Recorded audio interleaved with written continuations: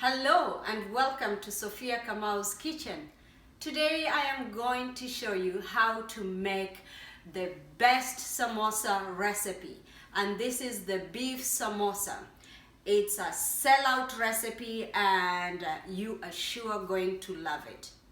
We have all the ingredients lined up here and I will go through one by one. Here I do have 1 kilo of extra lean ground beef. I insist extra lean because it's the best kind of cut you can have really good samosas with. And secondly, it's onion, red onion, medium to large onion. It's already chopped there. I have salt. I'm going to use 1 teaspoon of salt. I have 1 teaspoon of chili flakes, 1 tablespoon of cumin seeds, 2 bunches of green onions, thinly sliced. And this is the size of bunches. Depending on if you get bigger bunches where you are, you can use 1 big bunch, but our bunches are this size. So 2 of those, and then 1 bunch of Dhania or cilantro. It's all the same. And this is the size of my bunch. And then I have 1 knorr cube, which 1 package which has 2 pieces inside. So all those are the ingredients we need of samosas, and then we will go to the stove. On my stove here I will cook my beef and I will break it so that I have little pieces of beef.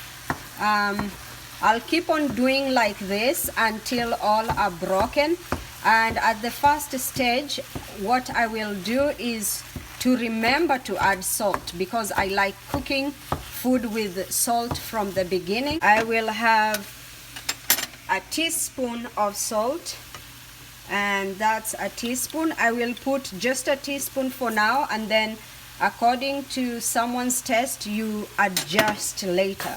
So I'll keep on cooking this and breaking the pieces until it's all browned. Then I'll show you what to do next. So I've been cooking my beef here on high heat for 3 minutes, and it produced some juices. I broke everything else. So the next thing I add will be the onion to give all the flavors from it. Just the onion the way it is. I didn't have to fry it. And then I will add the 1 tablespoon of the cumin seed and the 1 teaspoon of chili. So the chili is up to you. If you like it spicy, you can add more. If you don't like it, you can even omit it completely. So, but hey, we love the samosa with a little spice here. So I'll continue cooking for another 5 to 10 minutes and let all this water dry out, and we will show you the next thing. Oh, one more thing, let's not forget to put the knorr beef cubes. I ground it and I just had to pour the powder. My beef is now fully cooked, about 7 minutes, and as you can see, the extra lean beef doesn't leave fat behind. It is just the perfect amount of oil you need for your samosa. One time I tried to be cheap and going with the regular ground beef, and then I tried to drain the oil from what was there, or the fat. The samosas, no matter how much I thought it will turn out good, it was so dry. When the guys were eating here at home, they were like, wow, your samosa today is very dry. So from there I switched to the extra lean beef, and I don't need to remove oil. I don't need to add any, as you can see, and it fried the onion, the cumin and the chilies together with it, and it is perfect. My final ingredients are the green onions and the Dhania. I'm going to add them final.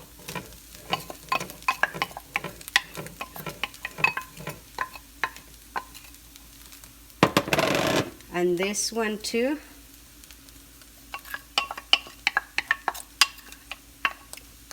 And then I will combine them.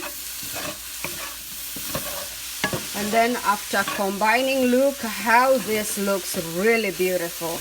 And I prefer adding the green onion at the end. And then it is important also to slice them thinly so that all the pieces go into every samosa. If you cut big ones, you might end up having some too much in one samosa and some not. And this is it. So I'm done.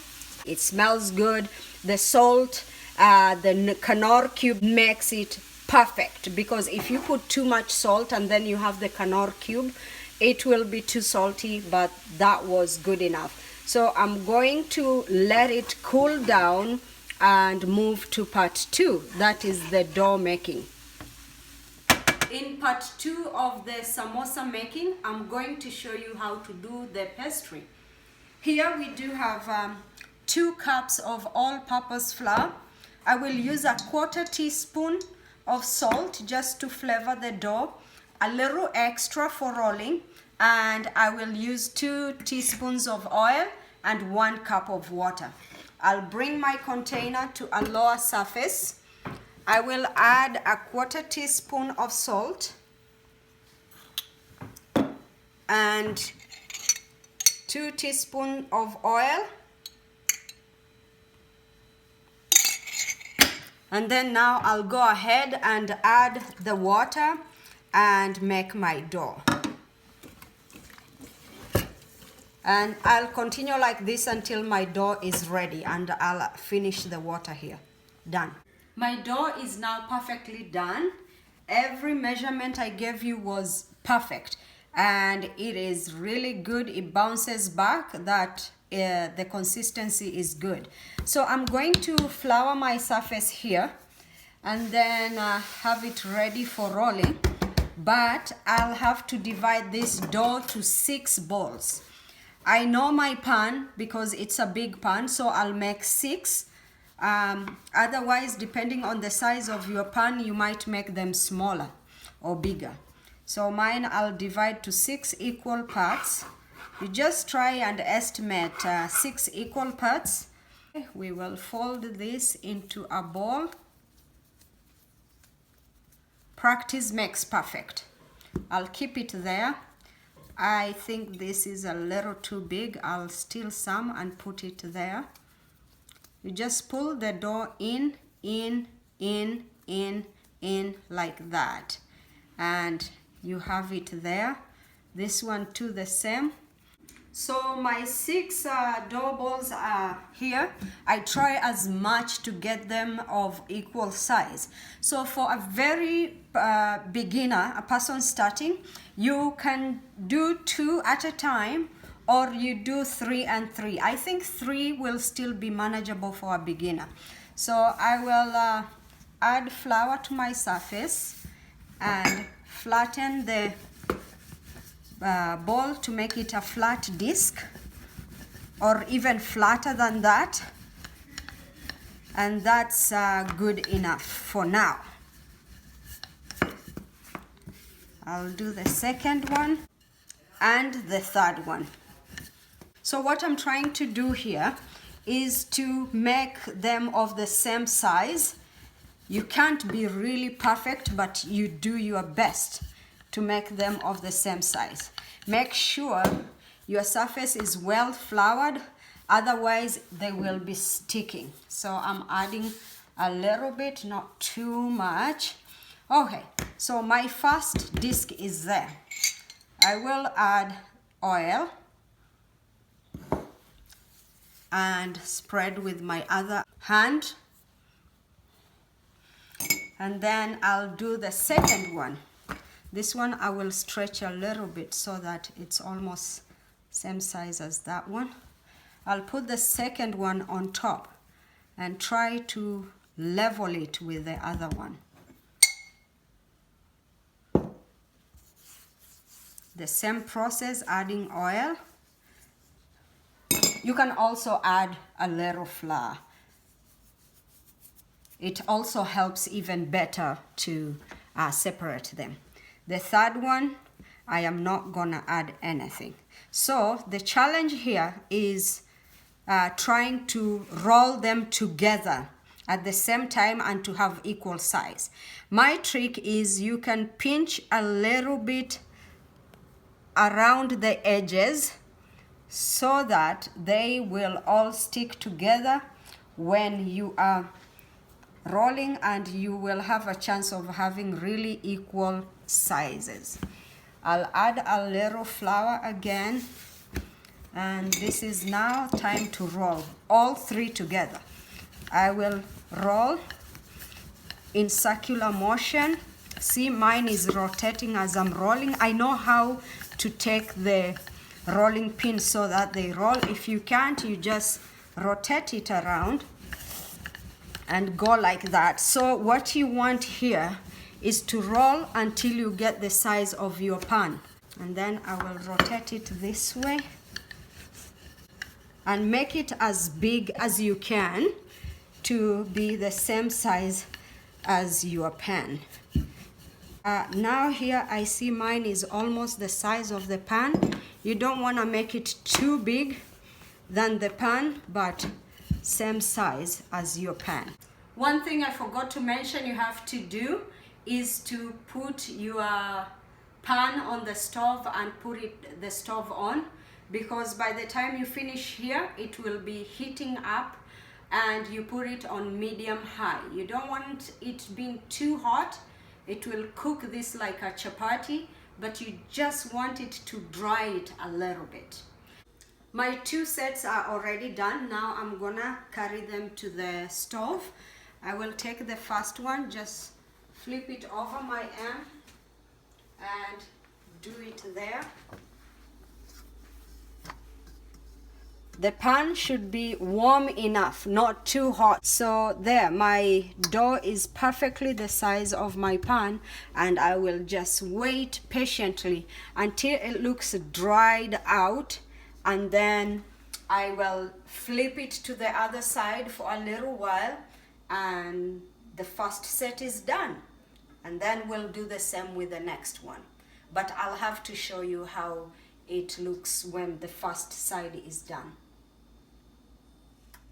Now I want to show you, see how it looks dry, even though a few areas not dry, but this is what you're looking for. And then you flip it to the other side. It did not cook like chapati, it's just perfect. And then you are waiting the other side too to get heated. You have to make sure your temperature setting is not high, very medium low, and that will give you good results. My 2 sets of the pastry are done, as you can see, and now I'm going to cut them. I like cutting like 4 pieces in each circle, but if you want you can do 2. So I will go there and figure the middle of it. So I'll just go straight. You can use a knife, but I like the pizza cutter because I have it. And that's 1. And you can go, let me use the half to show you. You can go the next side and again see the halfway mark. And then if you want bigger ones, you can just leave these ones here and then fold them for bigger samosas. Now we will take them apart. I left mine cool down because they are very hot when they come out. So you take them apart like that.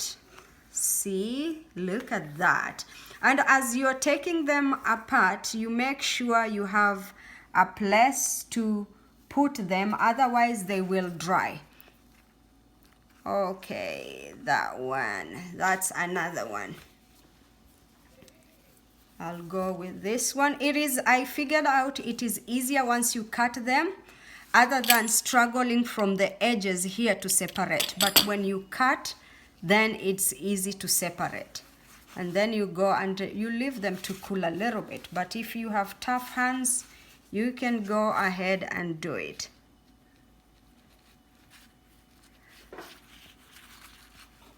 I will continue with the rest and then I will be back to show you everything. One thing I have to mention, look how thin it is. You can see my hand through. Now we are on to the third part of the samosa making. I'm going to make a glue that binds the pastry together. I will just need very little flour, not much, because the glue you don't need much. You can add as you go. And then I will just add water and stir. And I want a paste. I don't want it too thick or too thin. I think I'll add a little bit more. Perfect. That's the consistency. Really, I have been making the this glue for a while, and every time I made a lot and I realize every time I'm throwing it out. So you better make little first and then add, but this is all I need for today. You don't need much. It's easier to add than just being wasteful and throwing away. To begin making the pastry, I will look at this, guess the middle, and then bring it forward, and then the other one to overlap, and then I can spread it a little bit. So after that, I'll take the flap that goes over, I'll dip my finger and just spread it over here, and then I will put it over, not overlapping completely as I said, and then make sure the edge here is done. And there you go. Open the pocket, get the samosa mix. I will put how much I need and try to push to the bottom so that everything gets to the bottom. I'll add some more. Don't overfill it. Just make good enough filling, because if you overfill it and you can't close it properly, there will be opening while you're deep frying. And then I do like that, and then I take the glue here. See, when it is thin, it is really easy for you to fold. I will tuck in the corner there and tuck in this corner, and I will bring it over. And make sure you continue tucking until it's all done, and this other side too, like that. There, I'm done the first one. I'll show you another round. Again, you look the middle, and you look the middle over here. You flip it over, and then glue, and you put it over there. After that, we open the pocket,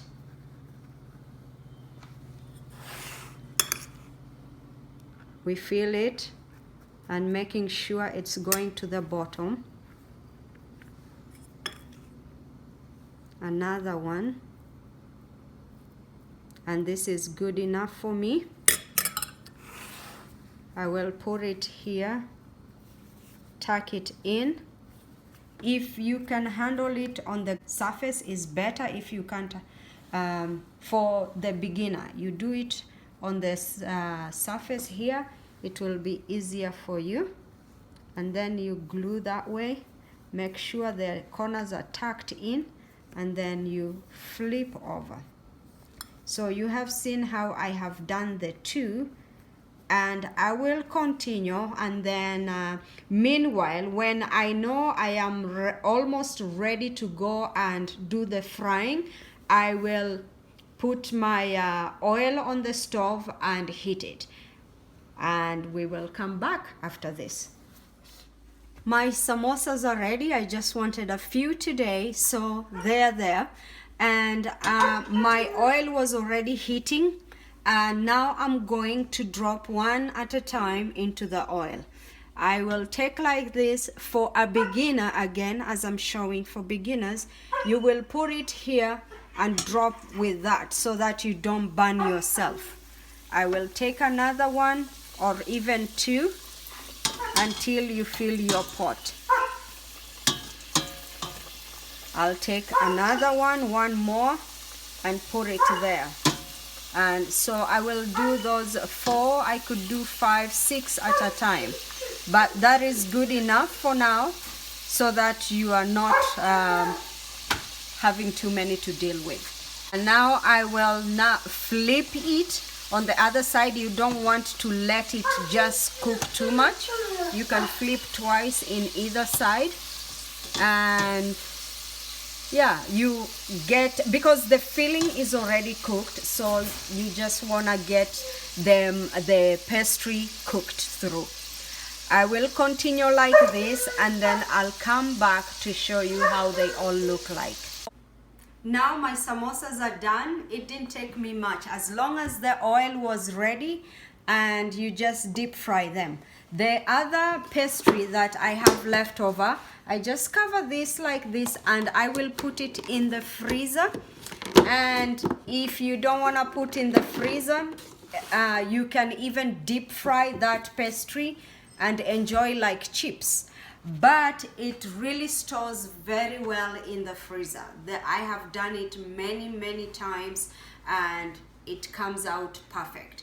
So now it's your turn. Give it a try and tell me how yours turn out.